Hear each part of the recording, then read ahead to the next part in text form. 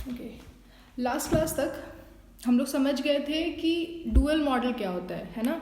आपको बताए थे कि हमारे कंट्री में डुअल मॉडल फॉलो होता है, और इसका मतलब आप ये भी समझ गए थे कि यस मैम, एक टैक्स और दो लोग कलेक्ट करने वाले हैं, सेंटर और स्टेट, दो लोग कलेक्ट करते हैं, है ना।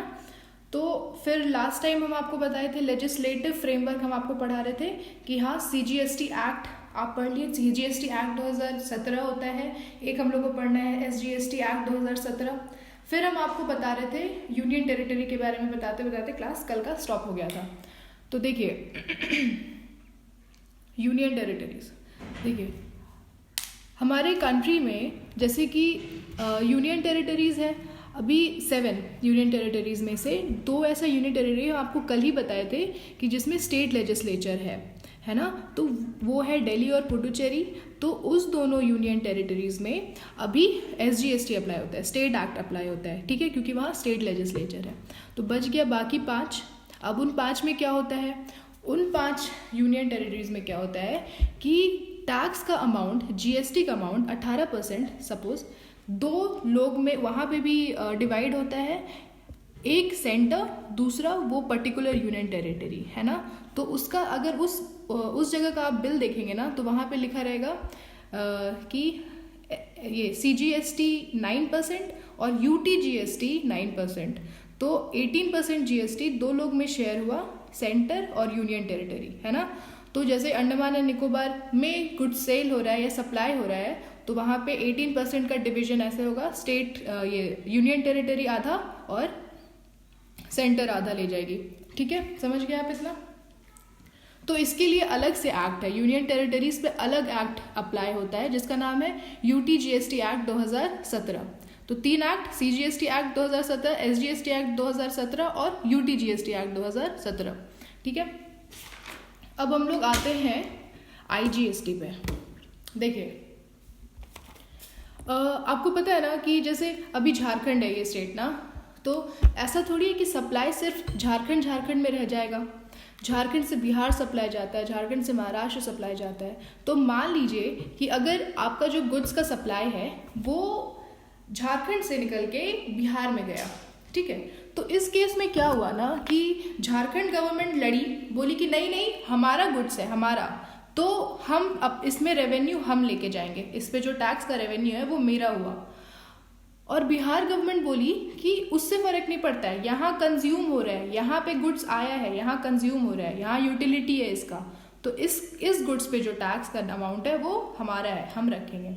ये दोनों झगड़ा होने लगा। फिर सेंटर पिक्चर में आया, बोला स्टॉप द फाइट। अब 2 बात सेंटर बोला, ठीक है, हम डिसाइड करेंगे। सेंटर बोला कि 2 बात सुनिए। पहला बात कि ना आप और ना आप दोनों में से कोई भी लागू या कलेक्शन नहीं करेगा, हम लागू करेंगे, लेवी हम लोग करेंगे और कलेक्ट भी हम ही करेंगे, सेंटर बोला, पहला बात। और सेकंड बात बोला कि और हम कलेक्ट करने के बाद जिस तरह से वो पर्टिकुलर GST का अमाउंट 18% आधा आधा डिवाइड होता था, तो आधा तो हम रखेंगे और आधा उस स्टेट को देंगे जहाँ पे गुड्स का फाइनल डेस्टिनेशन था, जहाँ पे गुड्स गया। तो हमारे एग्जाम्पल में झारखंड से निकल के गुड्स बिहार गया, तो अब वो ये जो रेवेन्यू था स्टेट का वो बिहार को दे दिया गया। 18% में से 9% सेंटर रखी और 9% बिहार को लेके गई, बिहार को दी, ठीक है।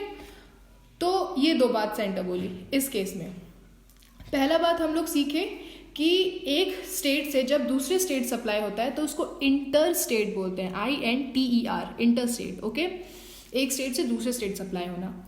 और IGST उस पर लगता है, जैसे हम लोग का 100 रुपीज़ का मान लीजिए सप्लाई हुआ, तो पहले हम लोग क्या पढ़े थे कि CGST 9% देखेंगे आप, फिर SGST 9% देखेंगे, ऐसा देखते थे आप। तो आप वो समझ जाते हैं कि ये जरूर स्टेट से सामान निकल के स्टेट में ही पहुंचा है। लेकिन अगर बिल में स्टेट से सामान लेके दूसरे स्टेट में पहुंचता है ना, तो स्टेट से सामान लेके दूसरे स्टेट में पहुंचता है ना, मान लीजिए 100 रुपया, तो उसमें IGST लगेगा और 18% लगेगा, समझे।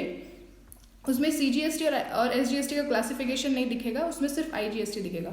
अब ये जो IGST है उसका फुल फॉर्म क्या होता है, इसका फुल फॉर्म होता है integrated goods and service tax, ठीक है, इंटीग्रेटेड। तो अब इसको लगाने के लिए एक्ट बना, एक्ट पढ़ा हम लोग को पढ़ना है IGST एक्ट 2017। हो गया, 4 एक्ट हो गया आपका, CGST, SGST, IGST और UTGST। अब देखिए लास्ट बात क्या हुआ ना कि आपको पहले न्यूज़ में आता होगा जब GST जब लगना शुरू हुआ होगा तो आपको याद है न्यूज़ में ऐसे आता था कि स्टेट नहीं मान रहा है, बोल रहा है कि नहीं हम नहीं लगाएंगे। तो क्यों नहीं मान रहा था आपको पता है? वो बोल रहा था कि नहीं हमारे यहाँ रेवेन्यू का लॉस हो जाएगा, हो सकता है कि हमको कम रेवेन्यू जनरेट हो। पहले वाले पिछले लॉ में तो वैट पूरा का पूरा अपना जाता था, अब तो आप पता नहीं कैसे कैसे डिवाइड कर रहे हो, क्या पता हमारा रेवेन्यू लॉस हो जाएगा, है ना। तो सेंटर बोली कि आप लोग टेंशन मत लीजिए, आप GST लागू करने दीजिए क्योंकि देश के लिए ये बेटर है। और अगर कुछ ऐसा हुआ कि आपको रेवेन्यू लॉस हो रहा है तो उसके लिए हम लोग एक और एक्ट लाएंगे, 5वां एक्ट। उस एक्ट का नाम पड़ा GST compensation to state act 2017। तो इस एक्ट के तहत ना जिस स्टेट को लॉस हो रहा है इस GST एक्ट की वजह से, जिस स्टेट को लॉस हो रहा है उस स्टेट को कॉम्पनसेशन करने के लिए ये लास्ट वाला एक्ट लाया गया। ठीक है, ओके, नेक्स्ट क्लास